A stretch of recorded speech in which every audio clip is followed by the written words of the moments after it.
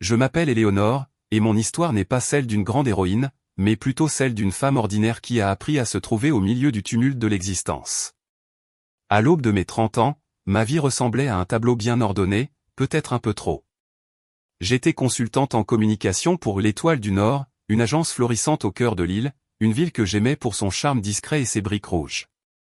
Mon appartement, situé dans le vieux quartier de Saint-Sauveur, était un havre de paix, rempli de livres et de souvenirs de voyages lointains.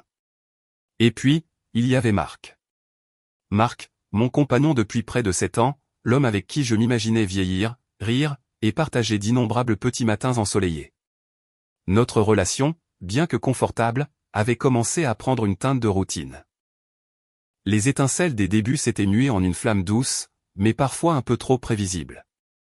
Je l'aimais, j'en étais certaine, mais au fond de moi, une petite voix murmurait parfois, me questionnant sur l'intensité de ce sentiment. J'avais toujours été du genre à éviter les vagues, à préférer la tranquillité aux tempêtes.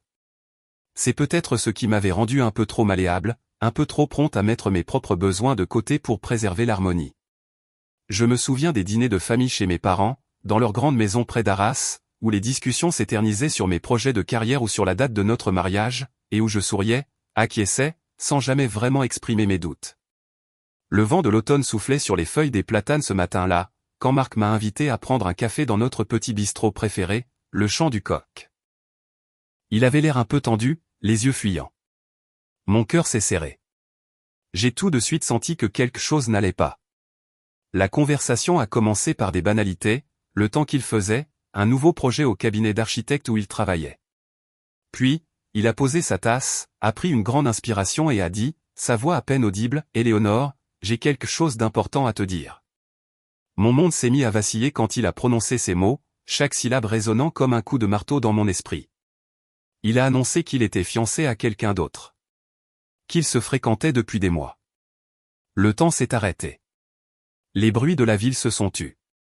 Je n'ai plus vu les gens autour de nous, ni les reflets du soleil sur les pavés mouillés. J'ai seulement vu son visage, ses yeux emplis d'une sorte de tristesse et de soulagement mêlés. C'est un mélange étrange et douloureux. Je n'ai pas pleuré immédiatement. Je crois que j'étais trop choqué, trop incrédule pour ressentir quoi que ce soit d'autre qu'un vide abyssal. J'ai juste murmuré, « Comment ? Comment as-tu pu ?» Sa réponse était vague, empreinte de regrets, de justifications alambiquées sur le fait qu'il s'était perdu, qu'il ne savait plus ce qu'il voulait. Mais la vérité, la seule vérité que j'entendais, était celle de la trahison. Les jours qui ont suivi ont été un flou de douleur et d'incompréhension. Mon appartement, autrefois mon havre, est devenu une prison de souvenirs. Chaque objet, chaque recoin, me rappelait Marc. Son parfum sur son oreiller, ses livres sur l'étagère, le mug qu'il utilisait pour son café du matin. Je me suis réfugié dans le travail, plongeant dans les campagnes de l'Étoile du Nord avec une intensité frénétique.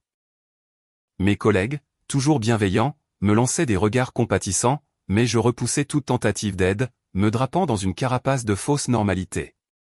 Un soir, en rentrant du travail, je me suis arrêté devant la vitrine d'une petite librairie que j'adorais. Un livre sur la résilience et la découverte de soi a attiré mon regard.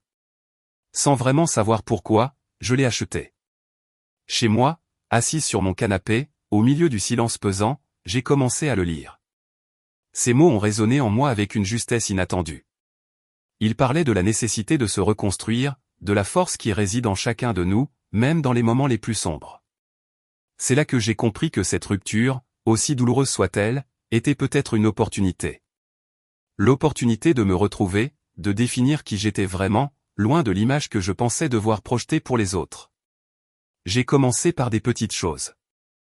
J'ai réaménagé mon appartement, remplaçant les souvenirs de Marc par des objets qui me parlaient, des œuvres d'art colorées, des plantes luxuriantes. J'ai pris des cours de céramique, une passion que j'avais mise de côté depuis des années. La terre glaise, froide et malléable, est devenue un exutoire à mes émotions. Chaque forme que je créais était une petite victoire, une expression de ma renaissance. Puis, il y a eu ma famille. Ma mère, toujours soucieuse, m'a appelé un après-midi, me proposant de venir passer le week-end à Arras.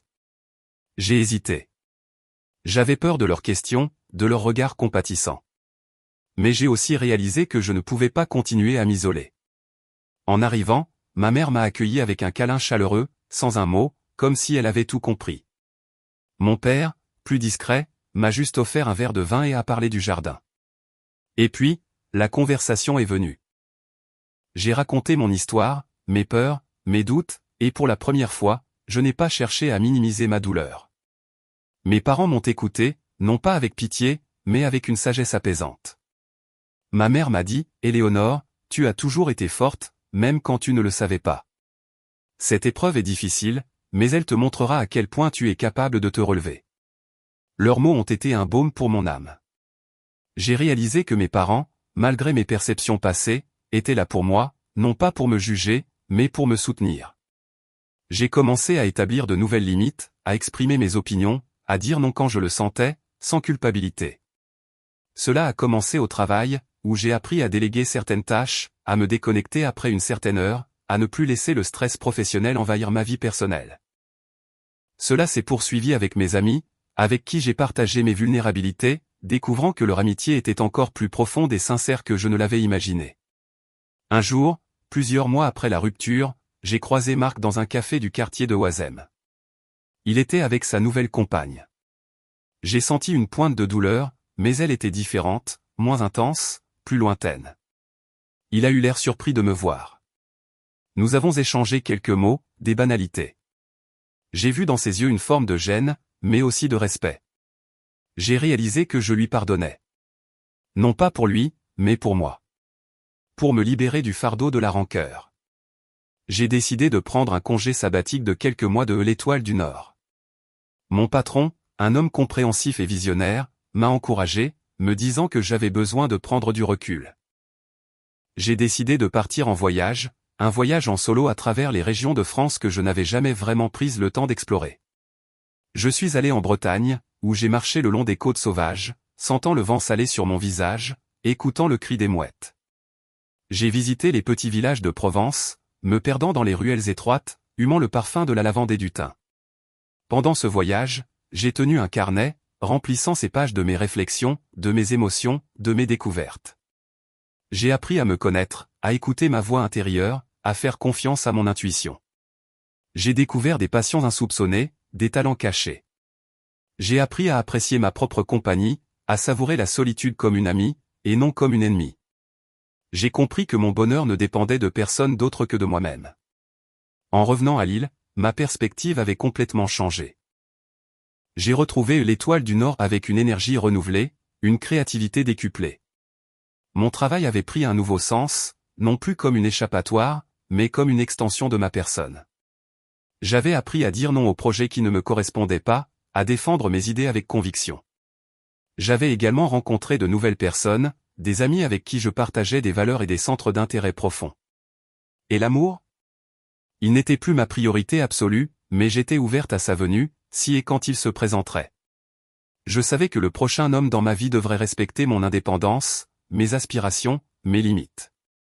J'avais cultivé un amour pour moi-même, un respect inébranlable pour la personne que j'étais devenue.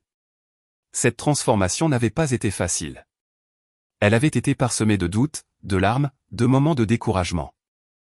Mais chaque étape, chaque petite victoire, m'avait rapproché de moi-même. Aujourd'hui, Éléonore, la femme qui écrivait ce journal, est différente de celle qui avait commencé cette histoire. Je suis plus forte, plus sereine, plus authentique. J'ai appris que les épreuves, aussi douloureuses soient-elles, peuvent être les catalyseurs de notre plus belle croissance. J'ai découvert que la vraie richesse ne réside pas dans la possession, mais dans la connaissance de soi, dans la capacité à aimer et à être aimé, et dans la force de se relever, encore et toujours. Mon chemin continue, jalonné de nouvelles découvertes, de nouveaux défis. Mais cette fois, je le parcours avec une confiance inébranlable, car je sais que, quoi qu'il arrive, j'ai en moi toutes les ressources pour affronter l'avenir. Et cela, c'est la plus belle des révélations.